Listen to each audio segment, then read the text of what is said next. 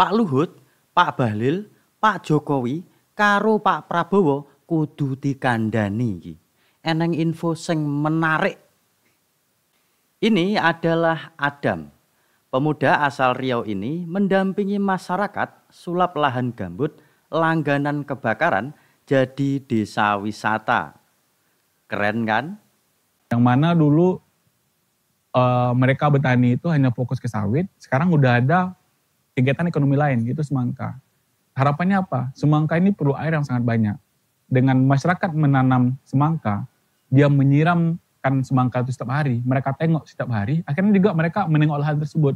Sehingga lahan tersebut tidak mudah terbakar lagi, tapi mereka mendapatkan hasil ekonominya dengan menjaga gitu. Jadi dengan menanam semangka, mereka mencegah lahan gambut ini tidak terbakar.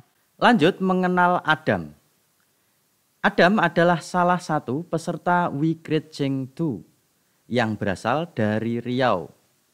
Bersama perkumpulan Elang, Adam mendampingi beberapa desa untuk wujudkan kemandirian ekonomi dan kedaulatan politik masyarakat.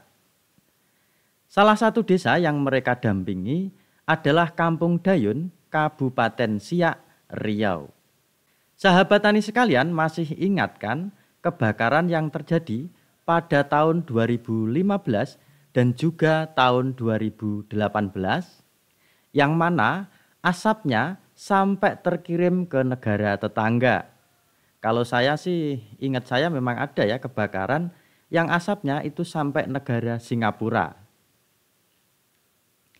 Nah, kala itu ternyata lahan gambut di Kampung Dayun juga terbakar.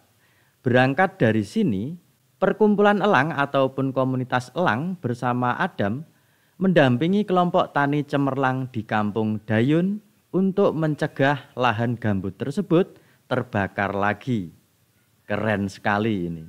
Mereka membuat kanal untuk menjaga gambut tetap tergenang air. Mereka juga tak lagi membakar lahan gambut. Lalu di lahan gambut itu mereka coba bertani sayuran dan buah-buahan. Makanya saya di depan tadi bilang bahwasanya Pak Luhut, Pak Bahlil, Pak Jokowi karo Pak Prabowo iki kudu dikandani. Banyak dari penggerak sosial di masyarakat kita, tentunya para pemuda dan juga para komunitas-komunitas yang peduli dengan gerakan sosial, salah satunya adalah Adam dan komunitas Elang di Riau. Tapi mengapa Pak Luhut ini malah justru mendatangkan petani Cina untuk menggarap sawah atau lahan di Kalimantan Tengah? Pertanyaan sampai sekarang saya belum bisa jawab. Dari awalnya itu mencegah kebakaran hutan, ternyata ada turunannya dan itu mendapatkan nilai ekonomi. Saya rasa ini perubahan kecil di masyarakat yang sangat berdampak gitu. Tidak berhenti di situ saja. Ternyata lahirlah produk-produk turunan dari kebun semangka ini.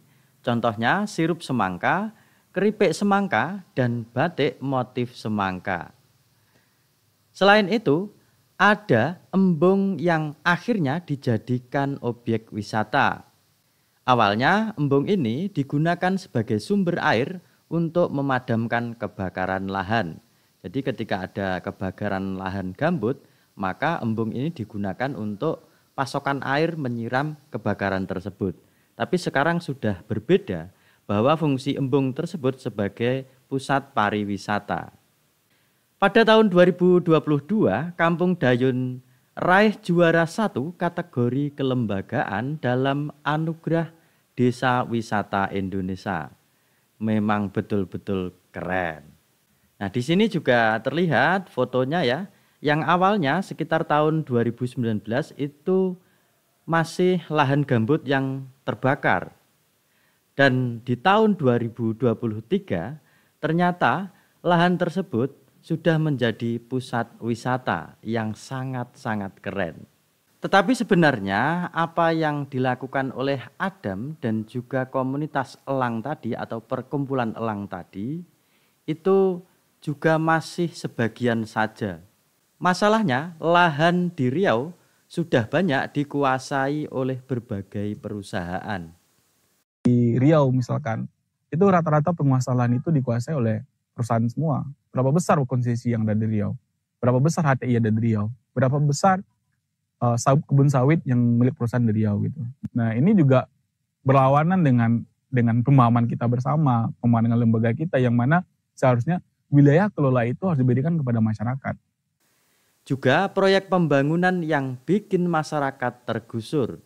Salah satunya adalah penggusuran kampung tua di Rempang Galang.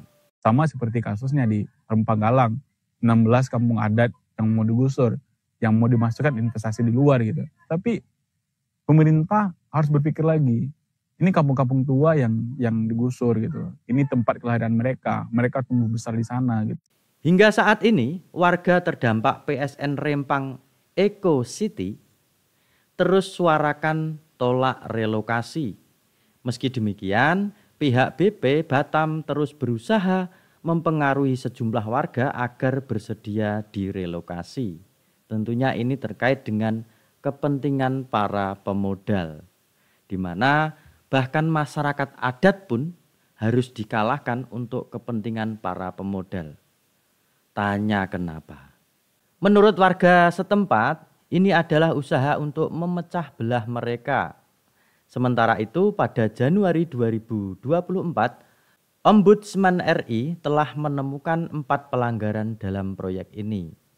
Ya kita sering dengar ya dalam proyek besar yang dimana itu para pemodal ingin mendirikan pabrik ataupun apalah usahanya, itu pasti ada pro kontra dari masyarakat setempat. Dan biasanya para pemodal ini dari pihak perusahaan itu mengakomodir masyarakat setempat yang pro terhadap pembangunan tersebut. Di mana ini merupakan salah satu cara memecah belah suara dari masyarakat. Makanya di depan tadi saya bilang bahwa Pak Luhut, Pak Bahlil, Pak Jokowi atau bahkan Pak Prabowo harus segera diomongi, dikandani, dikasih kabar. Dan suara dari sahabat-sahabat tani sekalian dimanapun Anda berada sangat dibutuhkan oleh Adam dan perkumpulan Elang. Di mana suara sahabat-sahabat tani sekalian ini dibutuhkan untuk mendukung petisi yang berjudul mendesak pemerintah hentikan penggusuran 16 kampung tua di Rempang Galang. Untuk mendukung petisi tersebut, silahkan langsung meluncur ke website ceng.org/saverempang. Baiklah sahabat tani Indonesia, jika menurut Anda video ini menarik dan bermanfaat, silahkan like dan sebarkan kepada sahabat tani yang lain. Jangan lupa subscribe dan bunyikan loncengnya untuk tetap berdiskusi terkait pertanian ramah lingkungan dan berkelanjutan. Go organic, save ecosystem.